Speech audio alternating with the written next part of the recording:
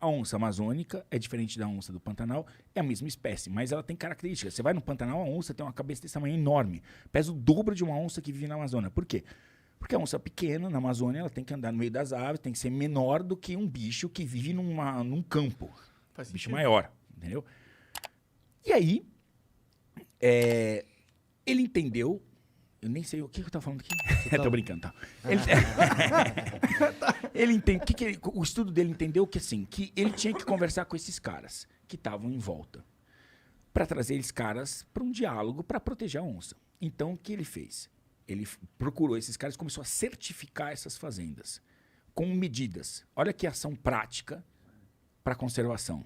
E não só, as onças estão desaparecendo, temos que botar a estudar... Não, tem que estudar com algum propósito. O propósito de conservação de verdade. A gente já entendeu como a onça, de 50 km², um macho, 20 km, sei lá, quanto uma fêmea. A gente agora precisa trabalhar para conservar esse animal. Então, quando uma onça... Não adianta falar, a onça está na minha fazenda, vamos tirar esta onça daqui porque está me atrapalhando. Bicho, não dá. Não dá para tirar todas as onças que estão atrapalhando e vai enfiar onde, cara? Essas onças. Então, a gente tem que aprender a conviver com as onças. E esse é o trabalho do cara. Fazer com que eles entendam a onça, respeitem a onça que frequenta esse lugar e não matem essa onça por medo. E aí, para essas fazendas que mantêm a reserva legal, que vocês sabem que no Brasil o bom fazendeiro tem uma reserva legal, que é um benefício da sociedade. Pode crer. Isso não existe em outro lugar do mundo, Isso existe no Brasil. Cada pedaço que ele A nossa cultiva, lei ambiental é do caralho. Para cada pedaço que ele cultiva, ele tem que ter um pedaço que ele não cultiva. Exato. E que ele tem que manter, e que ele tem que preservar, e tem que, assim, proteger, fazer acero, quer dizer, proteger contra o fogo, não deixar ninguém caçar. É responsabilidade dele, mas é um benefício da sociedade. População, sim. Né? Então, beleza, ele está ali, fazendo tudo certinho. Esse cara, o que ele faz? Ele mete um selo dizendo, esse cara é legal. Esse selo passa a ter valor por quê? Porque eu sentei do lado, uns 3 anos atrás, de uma mulher que veio dos Estados Unidos, que só falava inglês e, por sorte, caiu do meu lado. E eu comecei a... Ela é diretora de florestas do McDonald's. Caralho. O que ela estava fazendo aqui? A pressão do povo fala assim, pô, eu gosto de hambúrguer. Pode gostar de hambúrguer. Só que eu quero saber se esse hambúrguer vem de área de conflito. Se esse hambúrguer vem de uma carne que vocês compraram mais barato e estão ganhando... Não, eu quero que sejam de fazendas que tenham uma preocupação ambiental. Cara, que excelente. Pegar isso... Nem sabia que existia uma mina dessa do Mac. Tipo, o McDonald's tem Eu uma também não gestora tinha de ideia. floresta. What the fuck? Diretora de florestas. Atendendo ao anseio de uma população que está consumindo e que quer respostas, e eu acho isso excelente. Não é parar de comer carne, é pressionar para que aquela carne saia de um lugar que seja bacana e que esteja legal, em termos legais mesmo, e que esteja funcionando, enfim. E aí ele mete esse selo. E esse selo, ele credencia essa fazenda para que o McDonald's compre daquela fazenda que leva em consideração todas aquelas premissas que para ele são importantes para a conservação da onça. E como ele é uma referência mundial, o McDonald's compra esse selo. Fala assim, eu confio em você. Pode crer. Do caralho. Então, isso é fazer conservação na prática. E não, sabe, continuar, sabe, dizendo... A gente já entendeu que a onça está desaparecendo. Que caralho nós vamos fazer agora para conservar a onça? Porque a onça é o pico, é a ponta da pirâmide. Se existe onça, existe todo o resto. Porque a onça só está no lugar onde está o resto. Então, quando você pega um bicho guarda-chuva como esse, de importância ecológica como esse, você sabe que se ela está ali, todo o resto está ali, entendeu? Eu sou meio ignorante. Por que a onça tem essa característica? É porque ela é um predador, então tem que ter todo o ecossistema para suportar? É um topo de cadeia, exatamente. Entendi. Quando tem o topo de cadeia é porque você não sustenta uma pirâmide, uma ponta do pirâmide, se você não tem uma base. Se a base existiu, a ponta não existe. Então, se a ponta existe, é porque a base está lá para segurar ela. Faz sentido. Foda demais. O W. Matei diz aqui, ó. Salve pessoal do Flow, salve Rasmussen. É Rasmussen ou Rasmussen?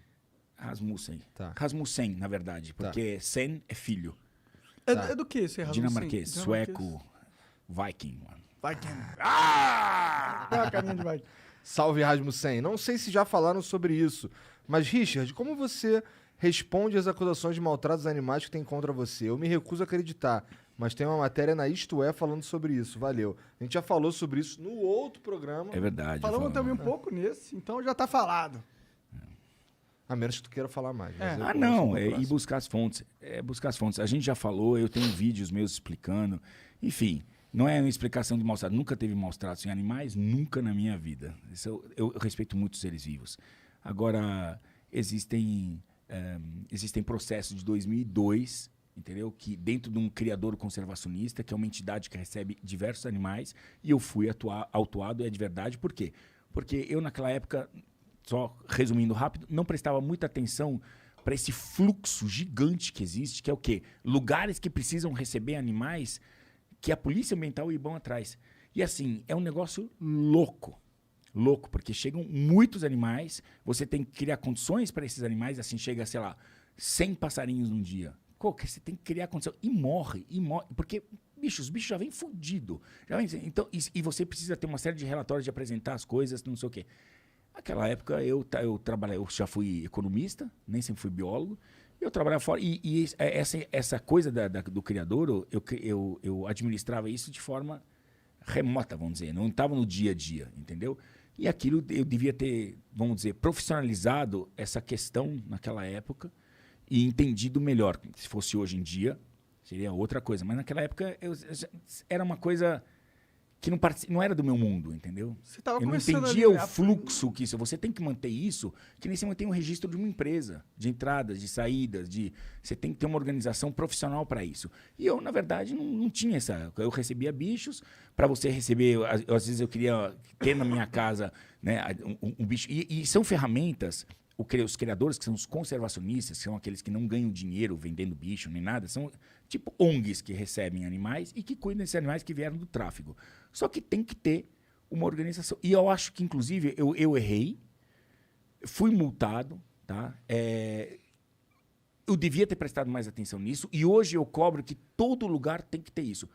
Não é porque você trabalha, e a gente vê hoje esse negócio de cachorro, hoje é a mesma coisa. Pô, tem um monte de ONG que recebe um monte de cachorro. Não é porque é cachorro que não tem que dar satisfação de quem entra, de quem morre, de quem sai, como é o fluxo. Tem que dar satisfação. Eu errei e fui punido por isso. Né? Mas foi exatamente por isso. Agora, nunca por maus tratos. Nunca por cuidar mal de animais. Não tinha, às vezes, depois que fechou o criador e a gente tinha uma receita que vinha de escolas, que não sei o quê, porque ninguém dá dinheiro para você. Você tem que gerar o próprio dinheiro para cuidar desses animais. Quem tem ONG de cachorro sabe disso. Né? Então, depende de uma série de coisas. E uma das formas era de fazer visitas monitoradas de escolas, tal, não sei o quê.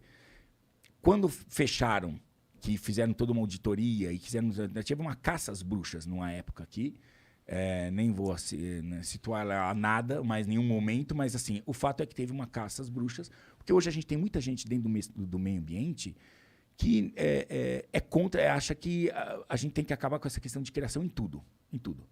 Né? Não só de silvestres, mas de domésticos, inclusive de animais de produção, que você não vá comer uma carne, que você não possa tomar um leite, que são pessoas... É aquela história, deixa a floresta lá, não mexe lá não, deixa lá com um aquário. Não, a gente não vai funcionar desse jeito, Monark. Nunca funcionou. Não vai. Nossa, mas a gente tá concordando tanto, cara. Não é? Cara, Que esquisito. O que tá acontecendo aqui? Sei lá. Porra. Acho que é o rapé.